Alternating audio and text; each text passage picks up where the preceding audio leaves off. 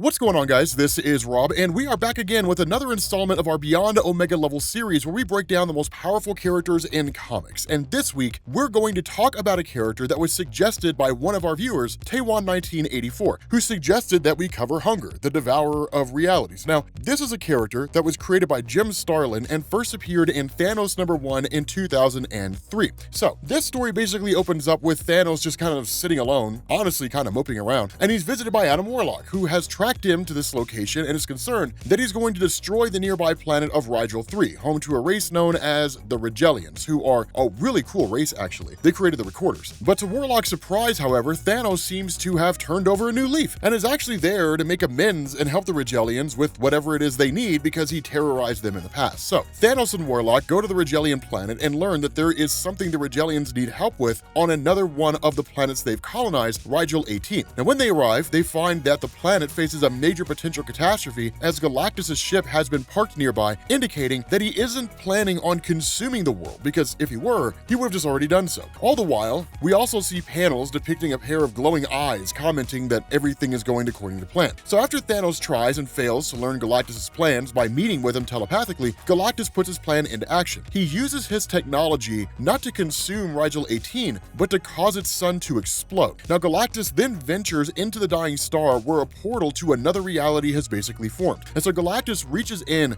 and pulls out a skeleton with a purple gem on its chest. Then, the disembodied glowing eyes we saw earlier break the fourth wall and begin speaking directly to us as the reader. So, what ends up happening is this thing basically introduces itself as Hunger and discloses that it has recently become aware of the existence of the main Marvel Universe when it observed the energy produced during the Infinity Gauntlet saga. Now, because the energy burst was brief, Hunger was only alerted to the existence of the universe but could not pinpoint its location. So, it waited until Magus, the evil aspect of Adam Warlock, united the Infinity Gems when it learned the location of this universe. Of course, that happened during the events of Infinity War. However, because the universe was spherical, Hunger could not enter it on his own, but needed an unwitting accomplice with sufficient power and an exploitable weakness in order to help it. So basically, Hunger tricks Galactus into thinking the vibrational patterns of the Infinity Gems were identical to those of the living energy he needed to survive. And so Galactus then constructs a device which he thinks will siphon energy off of the Infinity Gems, which will allow him to stop consuming populated worlds, because it's one of the things that he hates. He hates consuming worlds. But the true purpose of the device is to open a portal to allow Hunger into the Marvel Universe, because Hunger is like Galactus in that it is a devourer. But while Galactus devours planets, Hunger devours realities. So think of Hunger as a less interesting version of the Black Winter from Donny Cates' Thor run. But Hunger doesn't divulge anything about its origin. It does, however, reveal its motivation for coming to the main Marvel Universe, while also saying that his plan to devour the universe simply cannot be stopped. And so when Galactus finally gathers the Infinity Gems and then opens the portal, he's shocked when it does not unlock a limitless energy source, but instead grants Hunger entry into the universe. Now Galactus summons all of his power and blasts Hunger, but Hunger simply consumes it as nourishment. He quite literally eats the power cosmic. And so it's clear from this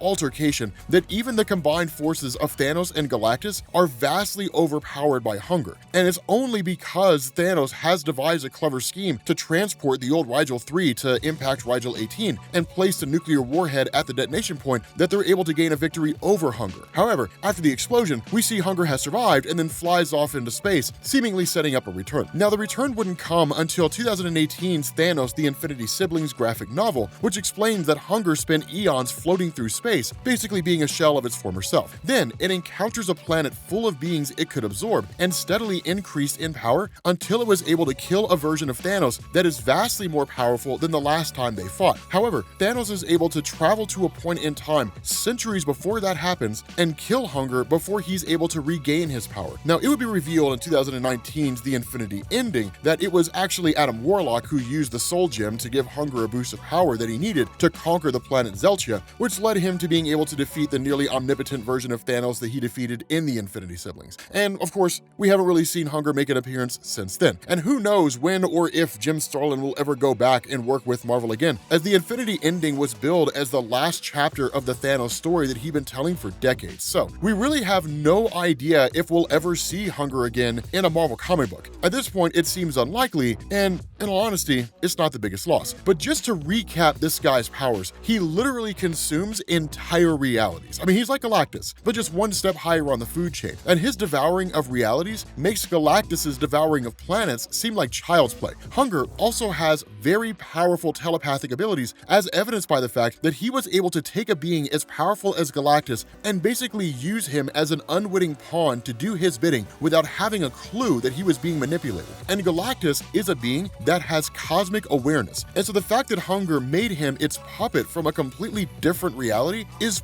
pretty freaking impressive. Now, Hunger also states that he can effortlessly travel between parallel dimensions and only has difficulty with spherical dimensions like the main Marvel Universe. And there appears to be no limit to Hunger's potential power level, as he was able to become so powerful by infecting and absorbing other beings that he took down a nearly omnipotent version of Thanos. And that's basically all there is to know about the character. He hasn't really appeared very often, and like I said, I doubt he'll show up anytime soon. For a character as powerful as he is, he's pretty cartoonish, which might be why he hasn't really caught on outside of Jim Starlin's books. But I do like to fulfill fan requests from time to time, so leave them in the comments if you have any. Thank you guys for watching, and I will catch you all later.